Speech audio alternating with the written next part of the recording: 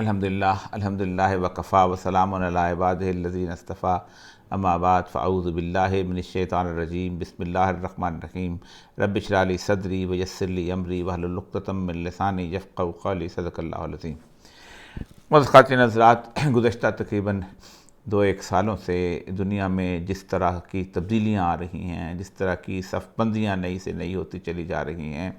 جس طرح گزشتہ تقریباً 2 سال تقریباً اب 2 سال ہونے کو آئے ہیں کہ کرونا کی وجہ سے جو معاشی حالات بدلے ہیں، اس سے جو صورتحال پیدا ہوئی ہے، پھر اس کے ساتھ ساتھ چین جس طرح اپنے معاشی اور عسکری حوالے سے آگے بڑھتا چلا جا رہا ہے،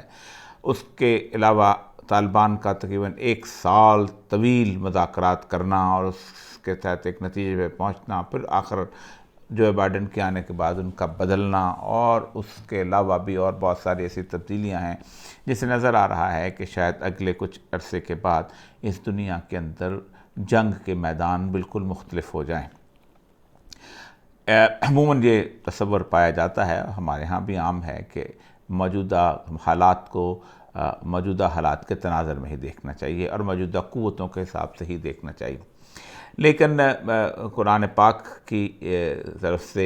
دی گئی جتنی بھی تعلیم ہے اور وہ جو نور ہدایت ہے، وہ ہمیشہ ہمیں ایک کسوٹی ضرور دیتا ہے کہ اس کسوٹی کی بنیاد پہ پرکھیں اپنے آپ کو بھی اور اپنے مخالف جو ہے جسے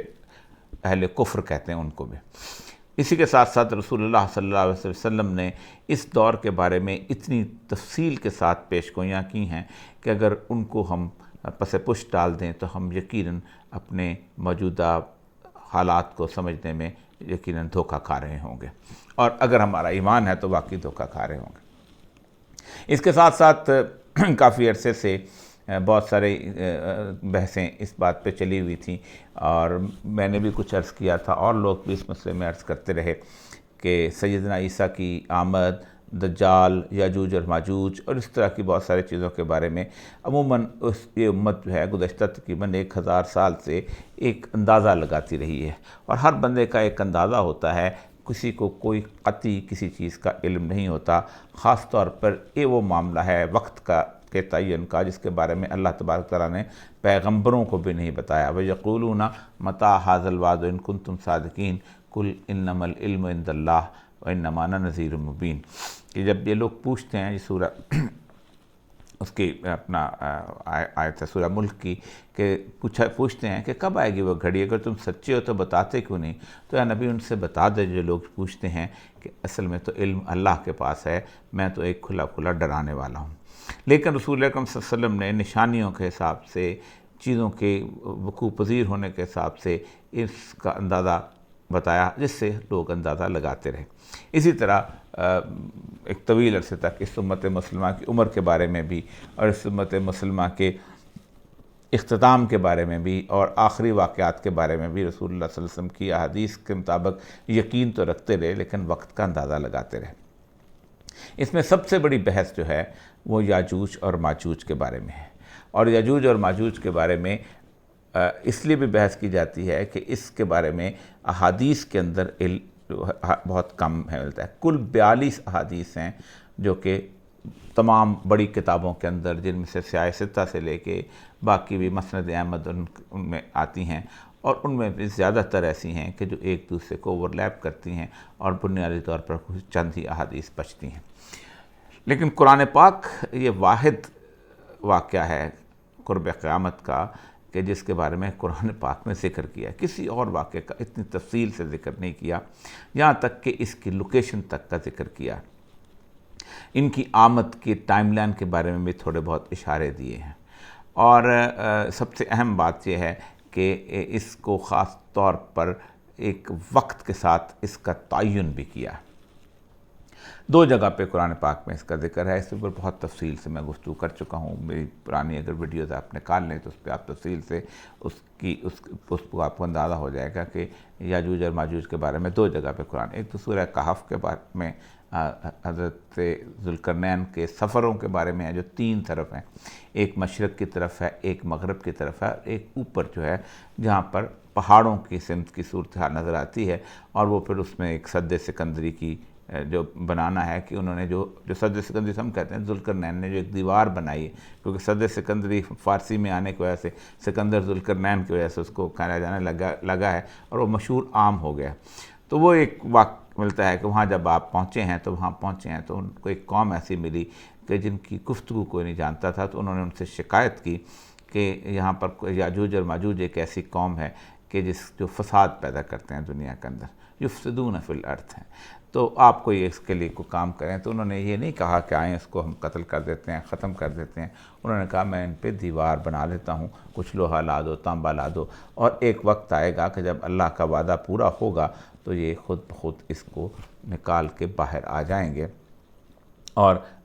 یہ نہ اس کو توڑ سکتے ہیں نہ ختم کرتے ہیں۔ اسی لیے 42 احادیث میں رسول اکرم صلی اللہ علیہ وسلم نے جہاں پر اس دیوار کے بارے میں بیان کیا ہے، اس میں یہ کیا ہے کہ اللہ نے ان کے ہاں سوراخ پیدا کر دیا، اللہ نے، اور آپ باقاعدہ اشارہ کیا، یوں کر کے اشارہ کرتے ہیں، وہ جو مشہور حدیثوں کے اندر ملتا ہے کہ ان کے اندر سوراخ، یعنی اللہ تبارک و تعالیٰ نے، اور قرآن پاک میں بھی یہی آتا ہے کہ وہ ایک جب وقت آئے جب اللہ کا وعدہ حق ثابت ہوگا تو پھر اس کے بعد یہ دیوار جو ہے ٹوٹ جائے گی۔ دوسرا جو ذکر ہے وہ ملتا ہے سورہ انبیاء میں، اور اس کے اندر کہیں نہ کہیں تھوڑا بہت ایک اشارہ سا ملتا ہے کہ ٹائم لائن کیا ہوگی، کیونکہ رسول اکرم صلی اللہ علیہ وسلم نے بھی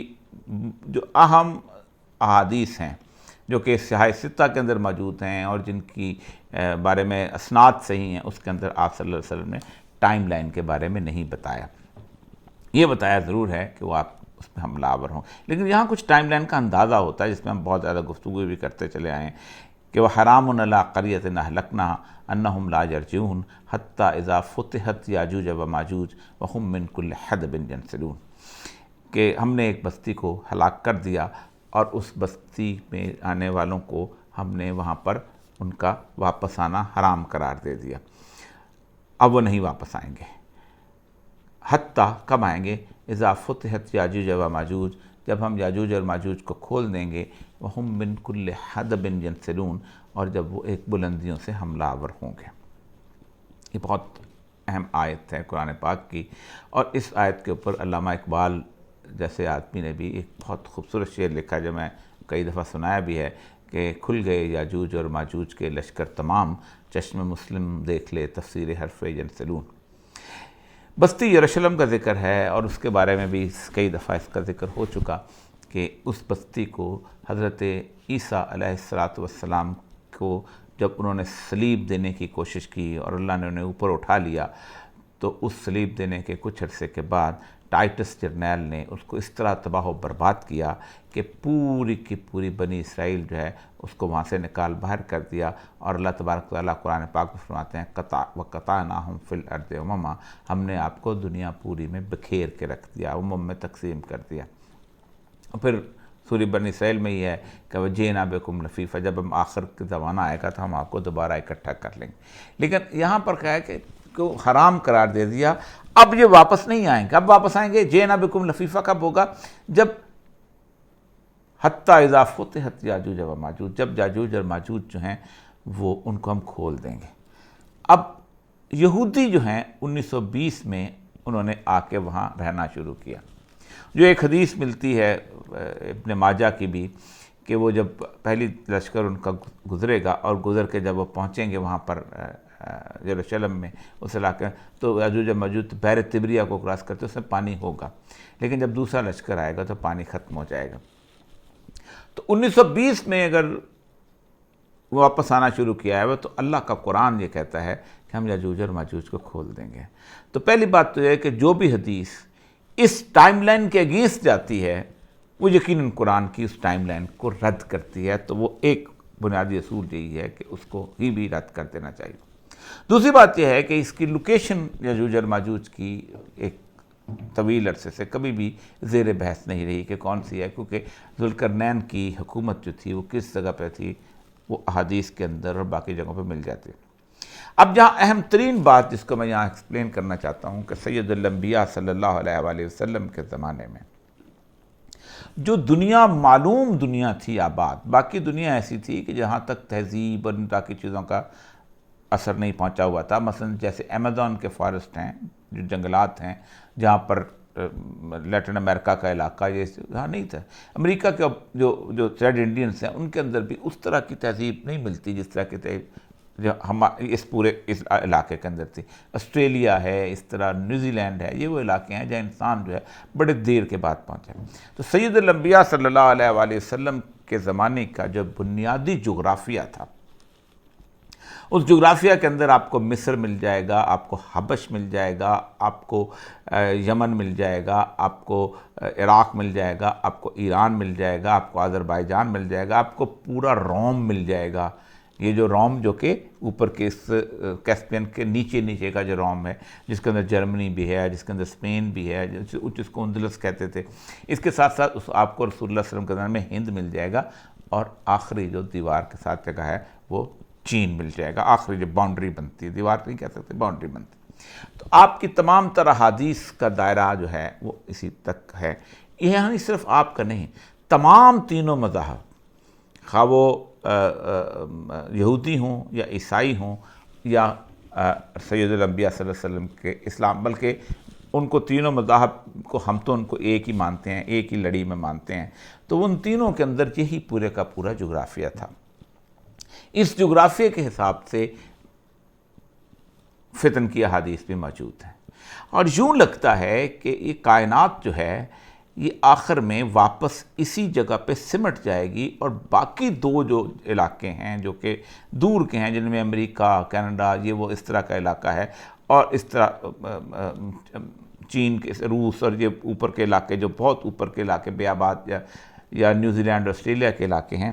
ان علاقوں کا تذکرہ شاید اس لیے نہیں ملتا کہ بنیادی طور پر یہ وہ ویسٹرن سویلائزیشن ہے جو کہ یاجوج اور ماجوج کے طور پر بلٹ اپ ہوئی، اور اس کے ساتھ ہماری کسی نہ کسی وقت لڑائی جو ہے وہ سیدنا عیسیٰ علیہ السلام کی آخری لڑائی جو ان کے ساتھ ہوگی۔ کیونکہ اس سارے سینیریو کے اندر، اس سارے تصور کے اندر 1920 ایک بنیادی طور پہ واٹر شیڈ ہے کہ جب پہلا یہودی جو ہے، پہلا قافلہ یہودیوں کا جو ہے وہ وہاں پر آنا شروع ہوا وہاں۔ اب یہ یہودی وہ ہیں کہ جو نسلاً بنی اسرائیل نہیں ہیں، اور اس کے اوپر پورا یورپ شاہد ہے کہ یہ بیسیکلی اشکنازی جوز ہیں، اور اشکنازی وہ جوز ہیں کہ جو کیسپین کے اوپر وہ علاقہ جس کو اب روس یا یہ پورا علاقہ کہتے ہیں، یا وائکنگ کا علاقہ جو تھا، ان کو ملو کے اگر کوئی جگہ بنتی ہے تو وہاں ایک علاقہ تھا جس کا قبیلہ تھا جس کو خزہ قبیلہ کہتے تھے، اور اس قبیلے نے یہودیت قبول کر لی تھی۔ تو وہ یہ واحد ایکسیپشن ہے جن کو یہ کہا گیا تھا کہ تم یہودی بن سکتے ہو، اور ان لوگوں نے 2000 سال تک یہودی ہونے کے ناطے سے اور یہودی ایمان قبول کرنے کے ناطے سے پورے یورپ میں ظلم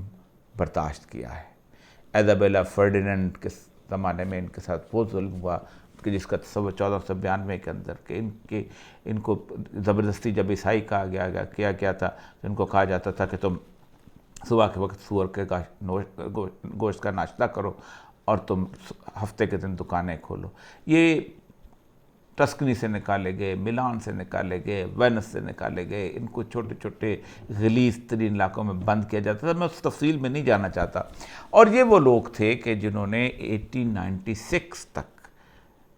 ایک طویل عرصہ 2000 سال کا جو تھا یہ مار کھائی، اور پھر اس کے بعد 1896 سے ان کے پروٹوکول آف زائنزم جب آئے ہیں تو انہوں نے پھر اس کے بعد ایک مقابلہ کرنا جو ہے وہ چاہا ہے کہ اب ہمیں کھڑے ہونا چاہیے، اور انہوں نے اس زائنزم پروٹوکول میں کہا کہ اب کافی ہو گئی، اب ہمیں اس بشارت کی وجہ سے کہ جو بشارت کا وقت قریب آ گیا ہے کہ ہمارا ایک مسیح آئے گا اور ہمیں پوری دنیا پر ہمیں رول کر کے بتائے گا، جو عالمی حکومت قائم کرے گا، اس کے لیے ہمیں اٹھ کے کھڑا ہو جانا چاہیے۔ اور اس سینیریو کے اندر یہ لوگ جو ہیں یہ جب نکلے ہیں تو انہوں نے آ کے سب سے پہلا کام یہ کیا ہے کہ رومن کیتھولک کرسچینٹی کے ساتھ ایک اتحاد کیا ہے، اور اس میں سے بالفور کا وہ ڈیکلیریشن نکلا ہے جس میں جو برطانوی وزیر خارجہ کا ڈیکلیریشن تھا، جس نے روتشیلڈ کو خط لکھا تھا کہ اب ہم یہ ماننے کو تیار ہیں، ہم یہ تسلیم کرتے ہیں کہ ایوری جو living in any part of the world is to be considered as one nation. ہر دنیا کے خطے میں کہیں بھی کوئی یہودی ہے اس کو ایک قوم تصور کیا جائے گا and he has all the right to go back to his promised land. اور اس کا وہ حق ہم تسلیم کرتے ہیں کہ اپنی promised land میں جائے گا. تو یوں وہ ایک پورے کا پورا دونوں کا ملاپ پیدا ہوا. لیکن اس ملاپ سے اور کچھ نکلا یا نہ نکلا، ایک چیز بہت اہم نکلی اور وہ تھی ماڈرن ویسٹرن سویلائزیشن. اور وہ ماڈرن ویسٹرن سویلائزیشن تھی، آپ 1920 کے ارد گرد کے جتنے بھی واقعات، میں نے بار بار اس بات کو کھول کے بیان کیا ہے کہ 1920 کو اچانک نہیں آ گیا تھا کہ ایک دم جسے کہتے ہیں کہ چاروں طرف سے ایک طوفانی تبدیلیاں آ جائیں. اس کے پیچھے ایک بہت بڑی انٹلیکچوئل ایکٹیویٹی تھی جو کہ یہودیوں نے اور سیکولر لابیز جو کہ عیسائیت میں سے پیدا ہو چکی تھی اس نے کی تھی. لیکن 1920 کے اندر جب اللہ تبارک فرماتا ہے کہ ہم من کل حدب ینسلون، کہ وہ زمانہ جب آئے گا جب یہ تم بلندیوں سے حملہ آور ہوں گے. اس میں ہوا کیا؟ مس ورلڈ کا پہلا کمپٹیشن اسی زمانے کے اندر آیا، سود کا پورا نظام جو کرنسی کا اسی زمانے کے اندر آیا. ڈیموکریٹک سسٹم جو تھا، جو اقبال کہتا ہے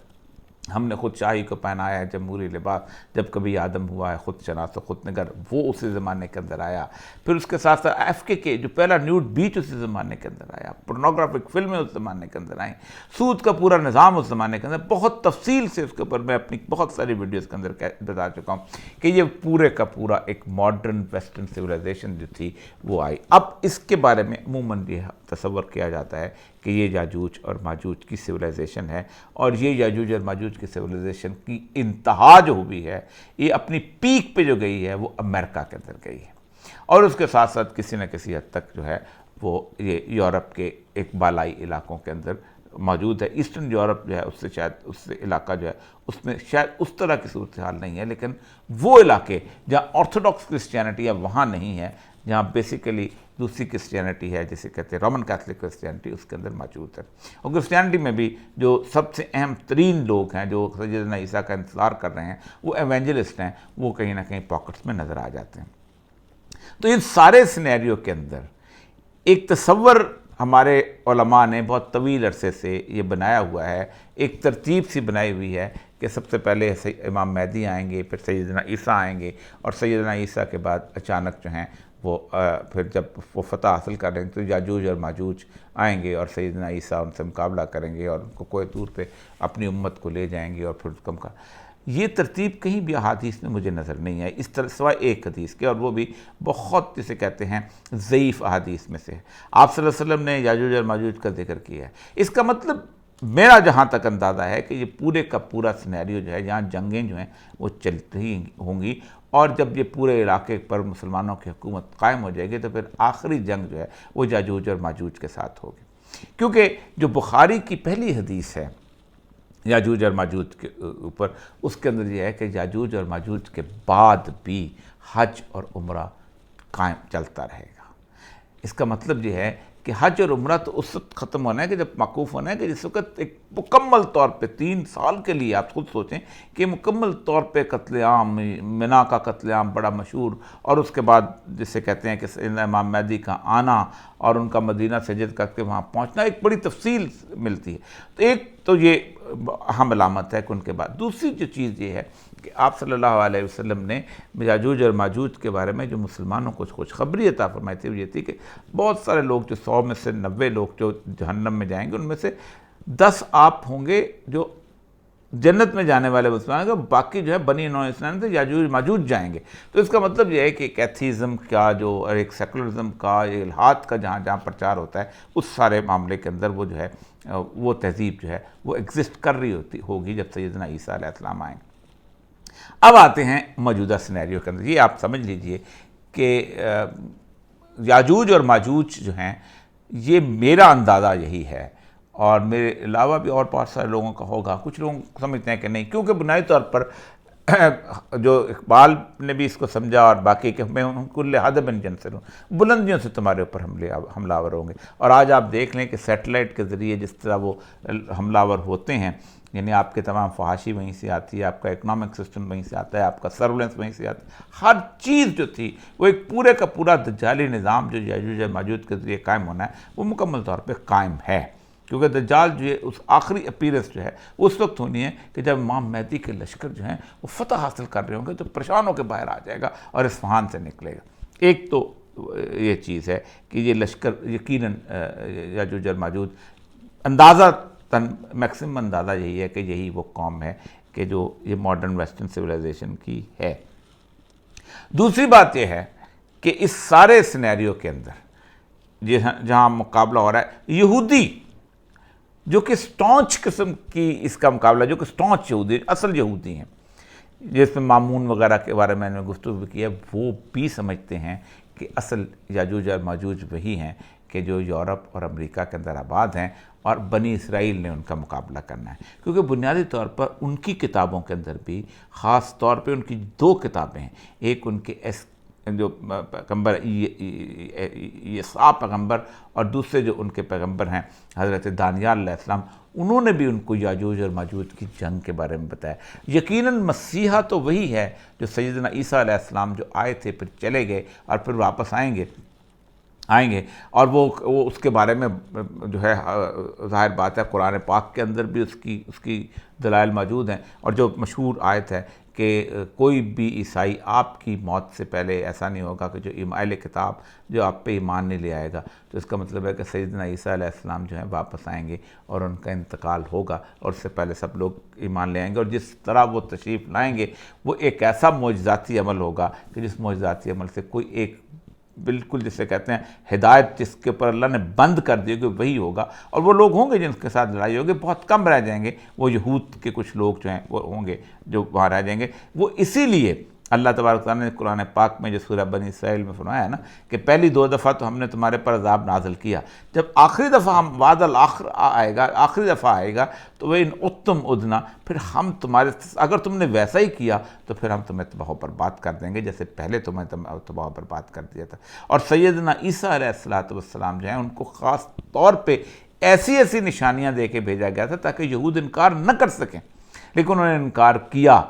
یعنی آپ سوچیں کیسی نشانیاں تھیں، حیران کن نشانیاں کہ آپ ایک ایسی نیک اور صالح ماں کے گھر بغیر باپ کے پیدا ہوئے اور اس پہ اعتراض کیا یہودیوں نے، اور پھر آپ نے پالنے کے اندر اعلان کیا کہ میں نبی ہوں اور مجھے اللہ تعالیٰ تبارک طرف سے کتاب عطا کی گئی ہے، اور پھر اس کا بھی انکار کیا۔ پھر آپ جیسے مادرزاد نابینا کو ہاتھ پھیرتے تھے تو وہ بینا ہو جاتا تھا، آپ کوڑی پہ ہاتھ پھیرتے تھے تو وہ اس کو صحت مند ہو جاتا تھا، آپ کسی قبر پہ کھڑے ہو کہتے تھے کنبے زندہ تو زندہ۔ اتنی شاندار قسم کی اتنی واضح علامتوں کے باوجود بھی انہوں نے یہودی جو تھے و رہبان جو تھے، ان کے علماء اور ان کے پیر جو تھے، انہوں نے باقاعدہ سازش کر کے ان کو صلیب پہ چڑھانے کی کوشش کی۔ اسی لیے اللہ تبارک تعالیٰ نے ان کو پوری دنیا میں تقسیم کیا۔ آخر میں جب آئیں گے تو ان کے سامنے دوبارہ جب سیدنا عیسیٰ پیش ہوں گے تو وہ واقعی اس وقت یہ کیفیت ہوگی کہ وہ ان کو ماننے کے لیے اور راستہ نہیں بچے گا۔ یہی وہ حالت ہوگی جس پہ وہ پھر دجال سے لڑیں گے، اور پھر یہ ہے وہ پورا سینیریو۔ لیکن یاجوج اور ماجوج کا جو بنیادی تصور ہے اس کے بارے میں ہمارے ہاں ایک ترتیب پائی جاتی ہے کہ آخر یقیناً لڑائی ہو سکتا ہے آخر میں ہو، کیونکہ لڑائی کے بارے میں جو کہا جاتا ہے کہ جب وہ زمین کے اوپر آئیں گے اور لڑنے کے لیے آئیں گے، اور قرآن حدیث کے اندر بھی یہ ہے کہ ایک ایسی قوم ہے کہ جس کو اللہ تبارک تعالیٰ نے جس پر قابو پانے کی طاقت ہی نہیں رکھی، اللہ تبارک و تعالیٰ ان پر خود سیدنا عیسیٰ کی دعا سے ایک بیماری نازل کرے گا۔ وہ آخری جو ان کا ہوگا وہ یہ ہوگا کہ وہ آسمان کی طرف تیر پھینکیں گے، اور جو وہ آسمان کی طرف تیر پھینکیں گے تو وہ خون آلود ہو کے واپس آئیں گے۔ آپ اس وقت دیکھ لیں جو ریسنٹ چائنا اور امریکہ کی جو جنگ ہے اس کے اندر جنگ یہی ہو رہی ہے کہ کون کس کے خلائی اسٹیشن جو ہیں وہ اوپر جا کے تباہ کر سکتا ہے۔ تو ہمارے احباب نے بہت عرصہ حدب کا ترجمہ جو ہے وہ پہاڑوں کی چوٹیاں کیا ہے، حالانکہ قرآن پاک میں اگر اب فصیح عربی دیکھی جائے تو بلندی ہے، اور بلندی یقیناً وہ چوٹیاں نہیں، وہ اب تو وہ بلندی جو ہے اب تو وہ خلا کے اندر وہ موجود انسان کی حیثیت ہے جو کہ نظر آتی ہے۔ دوسری اہم ترین چیز اس حوالے سے جو احادیث رسول اللہ صلی اللہ علیہ وسلم کی احادیث ہیں اس کے بارے میں 1400 سال سے امت اس بات پر متفق ہے۔ تمام لوگ جو کہ فتن کی حدیث کے بارے میں یہ تصور رکھتے ہیں کہ آپ صلی اللہ علیہ وسلم نے ہمیشہ علامات قیامت کو تشبیہات کے طور پہ لیا ہے۔ اس لیے کہ اگر ہم ایگزیکٹلی وہی چیزوں کے بارے میں تلاش کرنے لگیں گے تو پھر شاید ہم گمراہ ہو جائیں۔ اس کے بارے میں ایک بات کہی جاتی ہے صرف ان احادیث کے بارے میں کہ جہاں آپ صلی اللہ علیہ وسلم نے خود اللہ کی قسم اٹھا کر کہا کہ ایسا ہوگا، تو پھر وہ ظاہر بات ہے ویسا ہی ہوگا۔ اور اس معاملے میں سیدنا عیسیٰ ابن مریم کی آمد کی جو حدیث ہے اس کے بارے میں فرمایا، اللہ کی قسم کھا جس کے قبضے میں میری جان ہے، تم میں عیسیٰ ابن مریم تشریف لائیں گے۔ اس کا مطلب یہ ہے کہ کسی اور ماں کا بیٹا نہیں آئے گا، کوئی تشبیہ نہیں آئے گا، کسی پنجابی کے گھر پیدا ہونے والا نہیں آئے گا، بلکہ باقاعدہ اسی جگہ۔ یہی بات ہے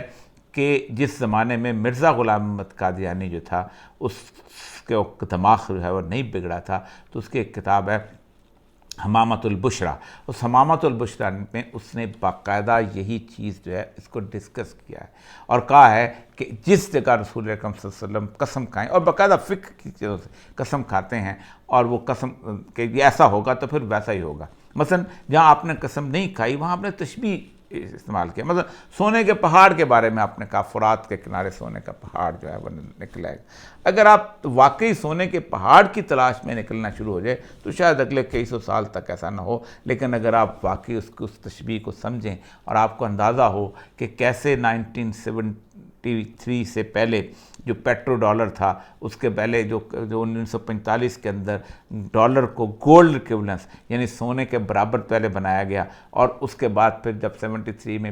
جو پٹرول جو تھا وہ سونے کا نیول بدل کے طور پہ آیا، تو اس وقت سوائے آپ کو کوئی اور انکار کرنے کی کوئی چیز ہی نہیں آتی۔ آپ حیران ہو جاتے ہیں کہ رسول اکرم صلی اللہ علیہ وسلم نے کس زمانے کے اندر بیٹھ کے یہ بات کی تھی۔ تو یہ ایک بات تو یہ ہے کہ اس زمانے کے جغرافیے کے حساب سے یہ جتنی بھی جنگیں آپ صلی اللہ علیہ وسلم نے بتائیں یہ اسی زمانے کے حساب سے جنگیں ہونی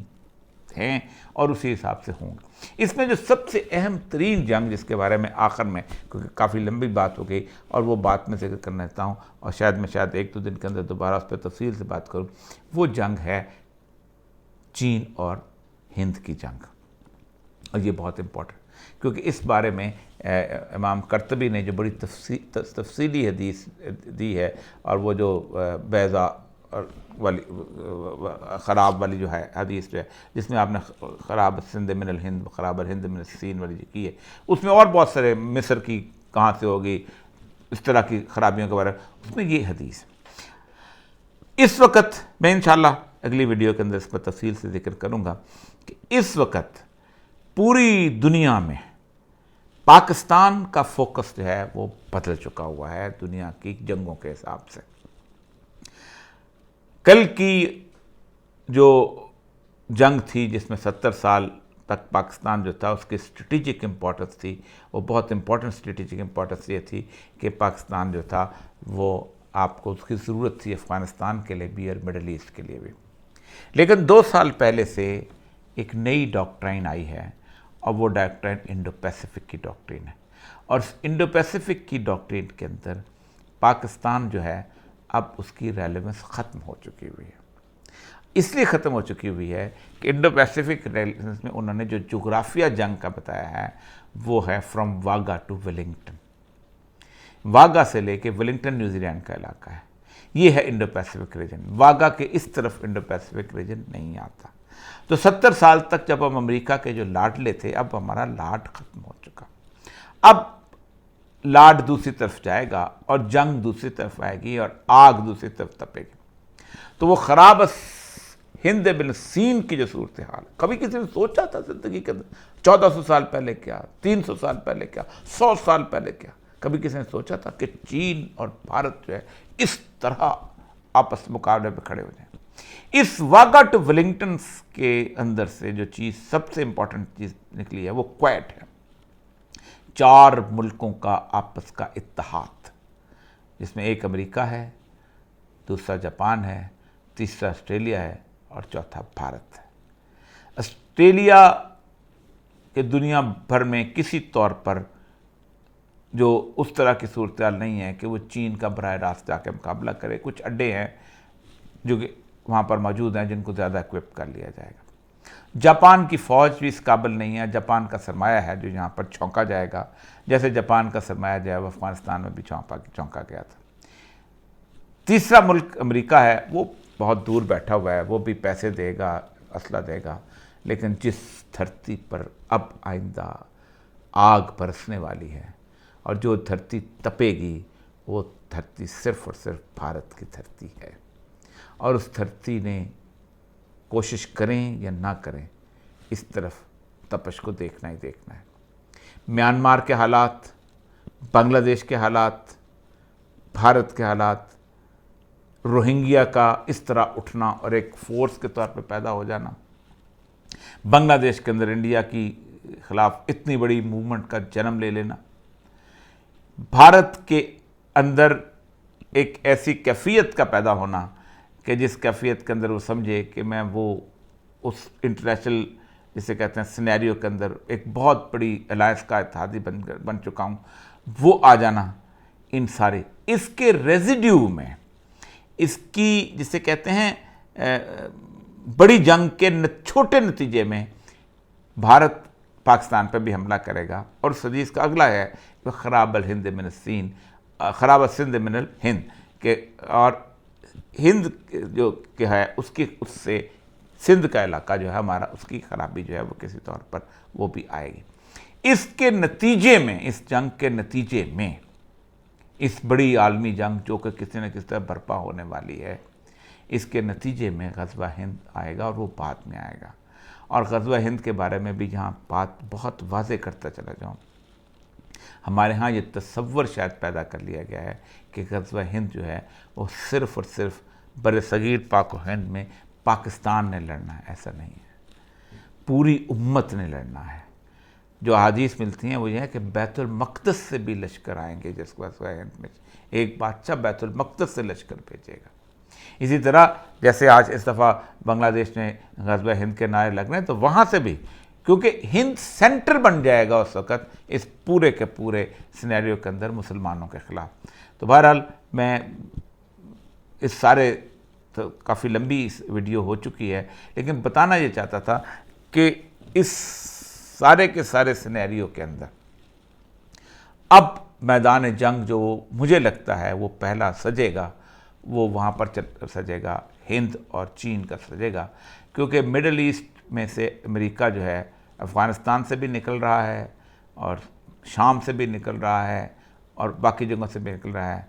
وہاں جو ہے وہ جنگ جو ہے وہ یہودیوں کی، اور ظاہر بات ہے وہی جنگ یہودیوں کے ساتھ ہی ہونی ہے، لتقتلن اليہود، اور یہودیوں کے ہم نے قتل کرنا ہے۔ وہاں اسرائیل اور مسلمانوں کی ایک بہت واضح جنگ ہوگی، اس کے پر انشاءاللہ اگلے اس کی قسمت آپ سے گفتگو کریں گے۔ وآخر دعوانا ان الحمدللہ رب العالمین۔